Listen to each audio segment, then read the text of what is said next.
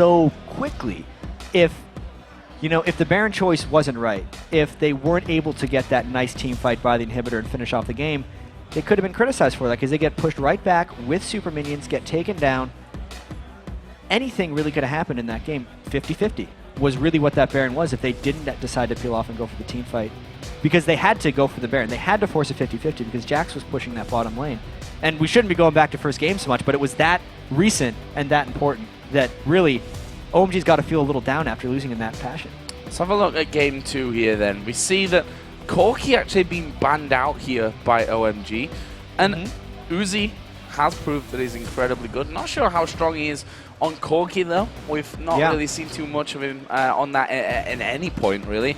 On the other side, Aatrox banned out, that Renekton taken away from Royal Club. They didn't want Go-Going to pick that up first. And I'm thinking that there was a lot left up. I was thinking maybe they'll first pick Ahri, but instead they just decided to go with the Shen. That's like your generic first pick. Yeah, generic first pick. Left open, he's going to be taken away, as is Zed. And Zed getting through is dangerous stuff. Yeah. We've seen how much of a ninja Whites is when we had a look back at that final play when he fell off his chair. Didn't fall, he was just being a ninja.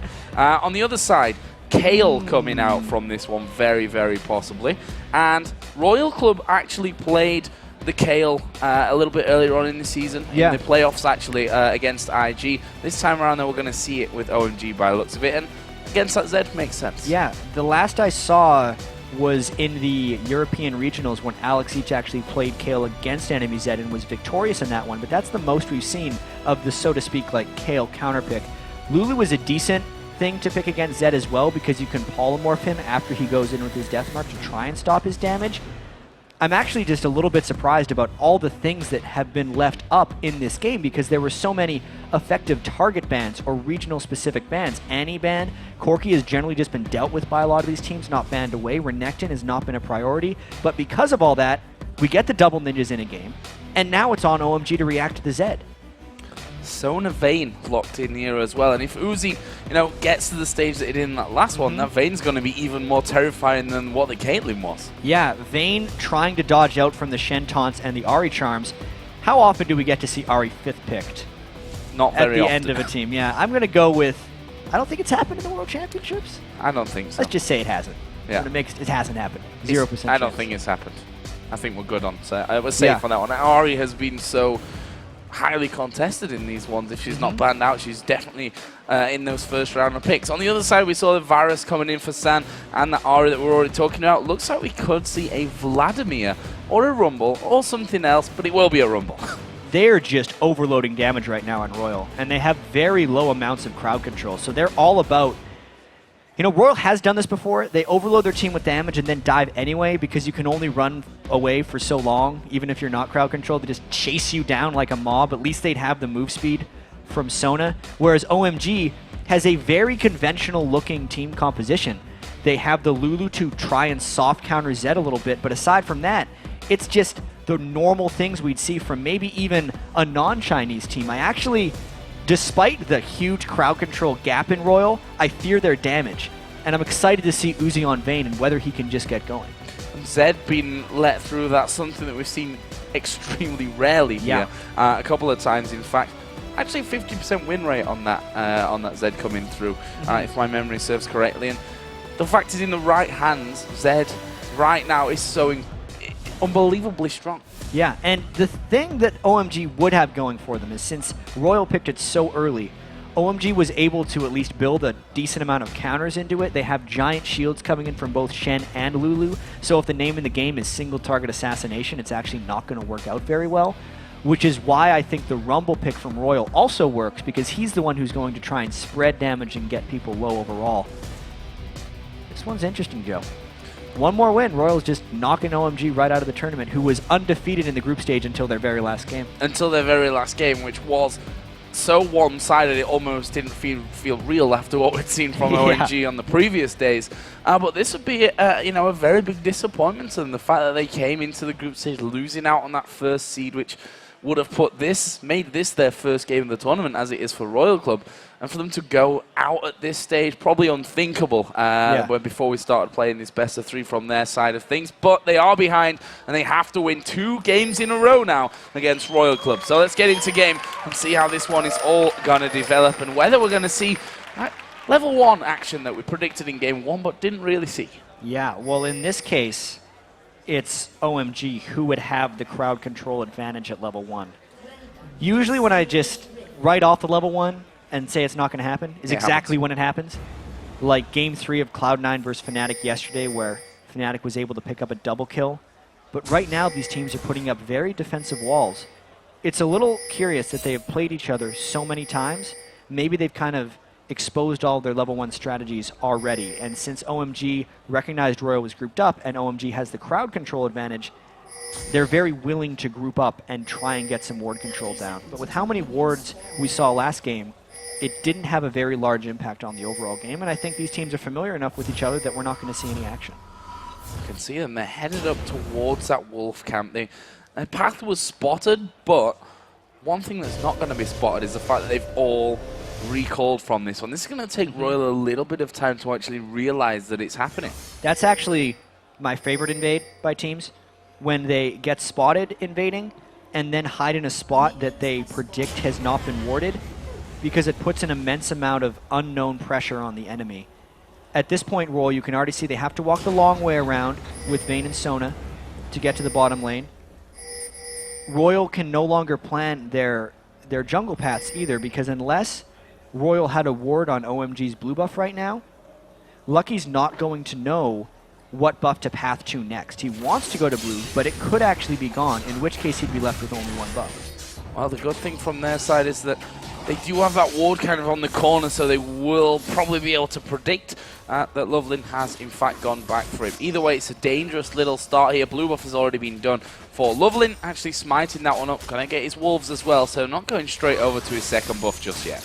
Yeah, 50-50. He guessed right, basically. Royal likes those 50-50s. They're pretty good at them so far.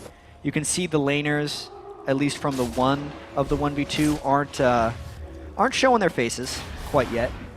In fact, Going was giving a very...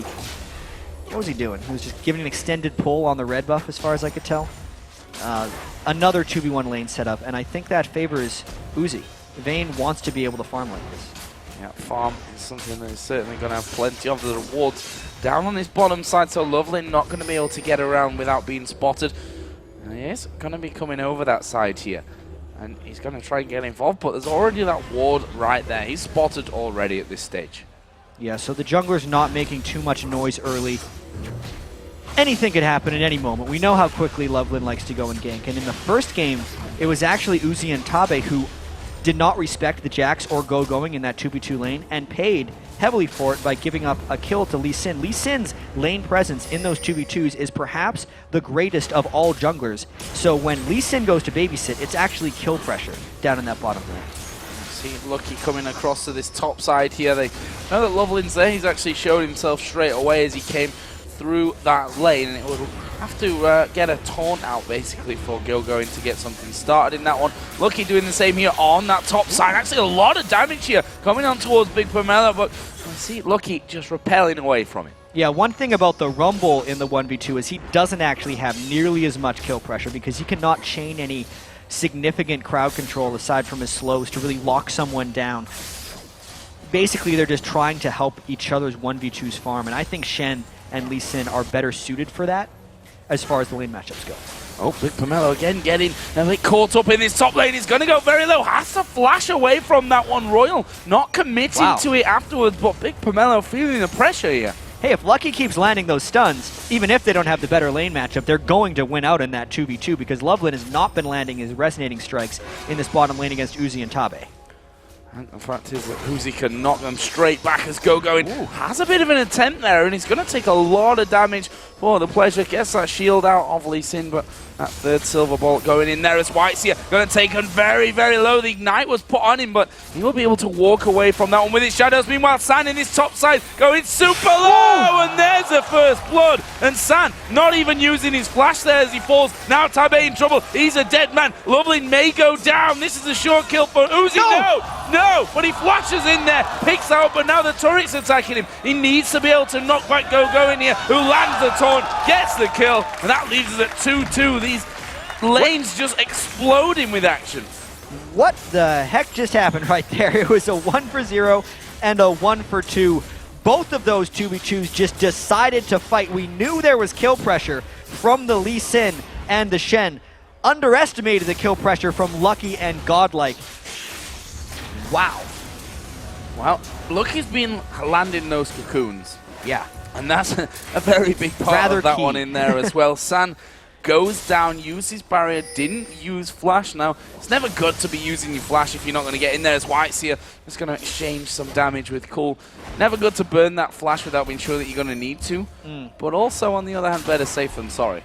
Yeah, I'd agree with the better safe than sorry when you're playing teams as aggressive as these guys. As far as the mid lane goes, White's has actually been forced into a fairly defensive item build right now. He's started with 2 Doran's items. I really feel like Cool has the early upper hand on him in this one. In the last matchup when White's was playing Vladimir, he stuck with Cool's Ahri quite well, but I think one too many charms have hit White's early on, and since the junglers have been completely occupied by babysitting, or it's not really babysitting, kill laning against the AD carry and support, it's allowed Cool to take a little bit of an upper hand in that mid lane. Just saw that Lucky was hanging around as that wave was pushed right back on towards Godlike's tower, but this time decided to back off and not stay around from that one. Very low farm when it comes to those jungles at this point. We've seen why. Here is Lee Sin actually headed down to that bottom lane as well, so Lovely going to be doing pretty much the same as we saw before. We'll see if they can actually get in and pick up any kills again.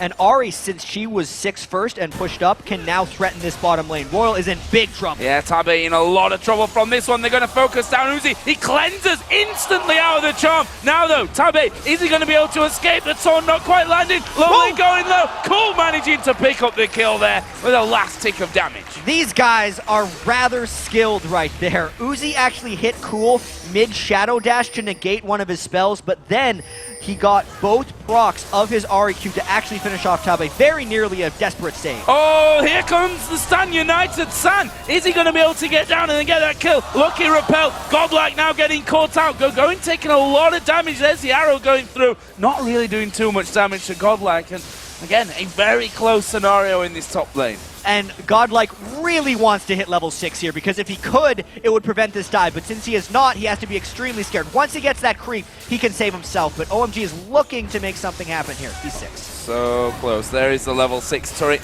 Not quite down just yet. Godlike here is going to get dove upon. He is going to get finished off by San. There is the equalizer coming down, but it's not going to be enough damage, or is it? Here comes White. San going to get popped. Big Pomelo going to be the next target. He gets slowed down by the Glitter Lance. Meanwhile, Lucky on the other side going in for it. Double kill comes out by White. And in the end, we see that Lee Sin coming up there to help things out. Don't want to take on White's and Zed. But again, crazy, crazy, crazy stuff, Jeff. That's the way these guys play. Absolute chaos. And because Going came up to support that, it actually gives Royal the eventual larger win by getting the mid turret with Uzi and Tabe. So, turret going to be finishing off a lot of minions here. Uzi not wanting to give any kind of free farm over. Meanwhile, White making sure that this top turret still survives. If we look where we are in the game as that first turret goes down now, tied on kills, just that one turret down, but it's not a massive gold lead or anything that they've managed to pick up. If we look at the farm, it's decently even across all lanes as well. Yeah, this game is rather good. Right here, White's is now kind of transition lanes with Rumble because they've lost themselves in the rotations. You can tell OMG wants to lock them down for a little bit of damage here. It's a tall task to kill Whites, but if he commits deeply, whoops, gave a little juke there. Yeah, I envy people that can do that. Their reaction times are almost preemptive as far as this goes, especially Uzi. in the couple clips I've seen. He is tumbling sometimes before people use spells for him. We've seen the cleanses on him, like getting out of a charm the second that it actually lands on him. We saw Dragon being started off there, but Royal actually starting to back away. They've used that pink ward to make sure that they've got vision control at that bottom side. Right now, OMG actually pushing back for a turret here, and they're going to take the mid out of the turret. Yeah, Godlike probably should have stayed to defend that turret, but he was roaming down for other tasks, and I feel like having the mid lane turret down for Royal, but the bottom lane turret down for OMG is an advantage for OMG.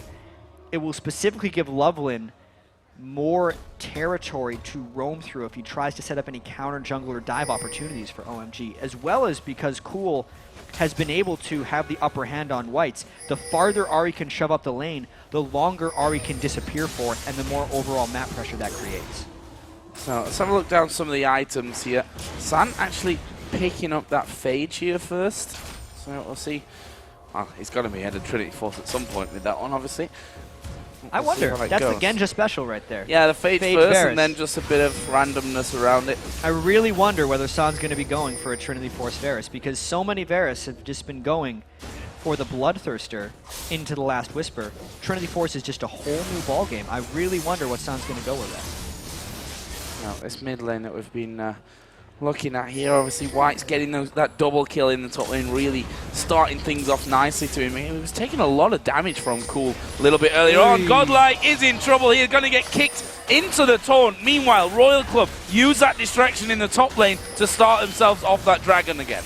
Yeah, and that was just Loveland sneaking in because the mid turret is down, but Royal getting the dragon. Maybe the fight turns. Tabe lands crescendo. Wow, Tabe going very low, but Cool, he's going to get burst out from this one. Uzi picks up that kill. Whites is going to finish off Big Pomelo, no problem. And now San, he's a dead man. Uzi going to get the finish on that to get a double kill, but is it over? Going. He's chased down here. Lucky, where's the cocoon? Flash away from Going, gets him back to safety. Brilliant pickup from Royal. Huge play by Royal there, especially because of the kill distribution. It's 3 kills on Whites and 3 kills on Uzi. That is exactly what they need. If those two get going, the game is effectively over, and they are so close to getting farmed. Tabe almost baited that in because he had allowed a 3-man crescendo, and again, San thought he had the kill. And did have the kill. I thought he got away. The rest of Royal came all the way over the top. You could see Uzi's chase potential. The best Vanes always end fights in the front because they move so well. And now with Blade of the Ruined King and Berserker's Greaves completed for Uzi, I think OMG's in trouble. OMG are in trouble. 1-0 behind in this best of 3 in case you're just joining us and didn't see game number 1. And Royal Club are in the driving seat from this one as well. OMG need to find something to get back into this game. Let's have a look down those items once again, because the Haunting Guy's just been finished off there for Godlike in the top lane. On the other side, Shen not got that Sunfire Cape quite done. Yeah, and both of these side laners or top laners have really sacrificed this game. They are incredibly low on farm because it is completely an arms race between Uzi and San. And I think it totally works in the favor of Royal, because I think Godlike does much better with low farm than a Shen does. If Going doesn't get farmed, Uzi is just going to melt through him. And that farm distribution is huge for Royal once again. Uzi now with that Blade of the Ruined King done. It's not something that they want to go 1v1 with. Then there was Uzi with that Blade of the Ruined King. Yep. He's now down for this one. Royal Club were pushing that mid lane there. Nice pick-off from OMG. Yeah, that was him just getting hit by Cleanse. It was the map control that they had lost because the mid turret was down. You can check, he got hit by the charm. He had his Cleanse, but actually chose not to use it because he figured he was dead to rights in that situation. And now, OMG gets engaged. Oh, White's going straight in there, gets kicked off to the side, but Cool gonna go low from that one. Not quite got the damage to finish off, and OMG able to walk away, almost getting that pick that they just lost out on back for themselves. Yeah, Whites is actually sitting on 2,000 gold, but because Uzi was down, they wanted to keep his presence on the map and push this middle lane. But it's tough to push against that Cool Wave core. Yeah, Wave instantly obliterated and not able to get down. Meanwhile, Godlike finally having a bit more time here in this bottom lane to get his farm back up to that of what his opposite number is. Go in there. He's been on that top side of the map now up at 81 CS, and we'll be finishing off that Sunfire Cape here with that trip home. Yeah, I think that Sunfire Cape is rather huge for Going. I don't know if it's enough yet to deal with Uzi. Godlike as well, farming away in this bottom lane, having to really just sacrifice so much and hold against 2 people almost the entire game so that the rest of Royal can go and make plays. I'm really expecting Royal to try and force some team fights soon, and I have to see whether their lack of crowd control prevents them from forcing the right team fights and how willing OMG is to commit to these Dragon fights, because I feel like when you're running a team with low amounts of crowd control, you force fights by running at objectives and basically baiting the other team towards you. That's the only way you get your mitts on. So Red Buff heading over here to San. Cool, clearing out that mid wave. He's now got that needlessly large rod in there. We can see that San almost got that Trinity Force finish, so it's not quite on the same path as what Genji is. White's going very low from this one. There is Stan United actually coming down, and that's an easy kill and another pick from OMG. Cool is really making that Ahri work. As long as he can land charms while Royal is trying to split push a little bit and get Uzi going, it's going to create power plays for OMG. Royal was completely on the other lanes right there, and it's making it difficult for them to collapse in for this one. There's the equalizer, though, trying to desperately save that turret. The fight turns. Yeah, they need to be careful on this one there. Is the ultimate coming out from San, not quite able to lock them all up with that one. Are Royal going to be able to close in and pick up some kills from it? Nope, OMG walk away pretty simply. Yeah, very contented just taking the turret despite getting the Varus ultimate onto Lucky in a potential 2v5. OMG really showing their focus on objectives so far with that play. So can they take the turret here? OMG See, Royal wants to get a fight here. They recognize the cool Ahri ultimate is going to be up again soon, and this is finally Royal being grouped up. If they could get OMG to engage on them somehow, they could then use their double blade of the Ruin Kings and actually go for a big team fight. But you can see OMG's just not having it. Not having any of that one. Cleanse is available for Uzi as well. Didn't use it in that last fight, and that could be crucial when the taunts and the charms start coming their way. There's a cocoon thrown out from Lucky, who's been pretty damn accurate with them so far. Not quite landing it this time around. Going, we'll just tank up a little bit of damage there as they try to get rid of this wave, and Royal not able to get in there again. At the very least, we're going to see Royal force down for a Dragon here and maybe go in for a 50-50. Lucky loves going for those 50-50s as far as Dragon is concerned. And once again, OMG might be trying to do a split push, and since Royal has already lost 2 inner turrets, they almost can't commit for that. Uzi pops his ult to chase, and I don't know if they can get anything. Yeah, going after Cool there, who used the ultimate of his own. That Dragon is available now, but neither team really choosing to go down there. Royal finally, with the ulti away from Cool, know that they could maybe head off for this one. Lovelin actually coming over the wall there. That's a very dangerous move from him. Gets shielded up by Lulu. There's White's actually coming in. Wild Growth goes down. Going. He's getting obliterated. There's a 3-man crescendo coming in as well. Tabe picks up a kill, but they're only going one way right now. San taking tons of damage there as he falls. They're still chasing here as well. Lovelin, can he get away from this one? Tumble comes down, and that's a triple kill for the Vayne. 5 for 0, a clean ace. Even though that initiation seemed forced by Royal, that's how confident they are in their team fighting capabilities. They take the turret, they're all low, but everybody on OMG is dead. This could be an 18-minute Baron they take. Let's check out how this fight works. White's got popped up during his death mark, but because of that, it made OMG creep in. Notice how Cool and San move forward right as that crescendo was landing. It's exactly what Royal needed. And then, like all good Vaynes, Uzi near the front of the team for this last team fight, knows the last auto attack will kill, so he automatically moves on to Lovelin, gets that kill as well, and that is the monster swing in this game. Monster swing. Baron is taken down there by Royal. And we wondered, is the Sona Crescendo going to be enough crowd control? And Jack, if you hit 3 people with it, it's enough. Absolutely, it's enough. Tabe with huge plays. He was 0-6 on Annie in the last game, but he landed the Tibbers when it was required. And he is putting himself in harm's way just so he can land these crescendos. And we were talking so much as this Dragon's actually going to maybe be contested. I'll tell my story later. Let's see if OMG can get it alive. Well, I'm going to pick it up, and there is the ward over the back. Story time. Because we were wondering how Royal got this #1 seed, in a sense, because OMG was so dominant during the regular season.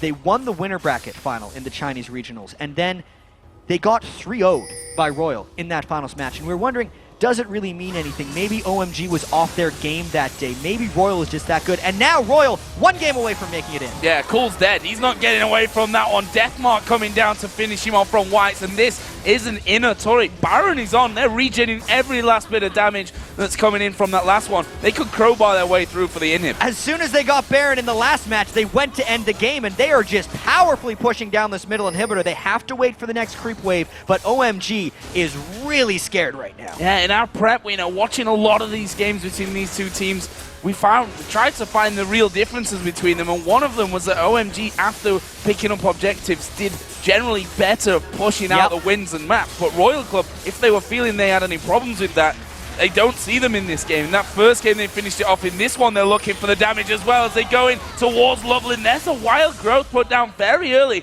Royal Club gonna start to just back away from it. They took the inhib on that push. They got what they came for. They're now up 3 turrets and 5,000 gold, but they got what they came for. They want more. Hiding behind OMG, going for them. Oh, Tabe actually getting charmed in there. Is the cocoon on towards Loveland. Oh, managing to get away somehow. Go-Going is gonna TP off to him as well with that Sun United. Meanwhile, Lucky diving into the back there to try and lock out Big Pomelo, and another crazy encounter with no kills. Well, here's the trick. If the crescendo doesn't land and OMG stays out of range of it, OMG can just disengage like that. They have the Shen kick that can go away, they have the kite from Varus' spells, and they have Lulu's kiting ability as well. The whole reason that OMG ate that ace in the mid lane was because they half committed to Royal's engagement initially, and then Royal was then able to chase them down. So it's still actually fairly difficult to Royal to control their engagements, but with this lead, they can brute force things down. See them pushing in now towards this inner turret in the top lane. Still very, very cautious about where they put this pressure and how much they actually put down. Loveland losing a lot of health there. And I think one thing that we also can't really forget is the crescendo, just the threat of it actually. When it's not being used and it's off cooldown, they know that it's available. OMG have to be even more cautious than a little bit later on when it's already down. And games like this are actually very hingent on flash crescendos as well, but it's still on cooldown for Tabe. And I'm actually a little surprised at Royal's caution here. They typically have one more wave of minions to come through for this. I wonder if they're going to try to flank around the side or brute force down on this last minion wave that they have with the Baron buff still being on them. OMG is holding this very dangerous turret right here. Royal's last chance. Okay, hold on a little bit longer to that turret. The minion wave in mid, as you rightly pointed out, is starting to push through. They're gonna have to deal with that here. And we can already see that Cool has left the rest of his team and he's gonna be going back for that one. A 4-man defense would be very risky from that one. We are going to see Go-Going. There is a crescendo coming down. Go-Going gets a wild growth, but he's not going to escape that one. A kill for Uzi, and this Vayne is causing them all kinds of problems. Finally, Cool going to come back in. Uzi going very low. Cleansers off there right at the end. Whites is actually going to die, but that is the turret somehow surviving. Everyone from Royal low, and White's dead.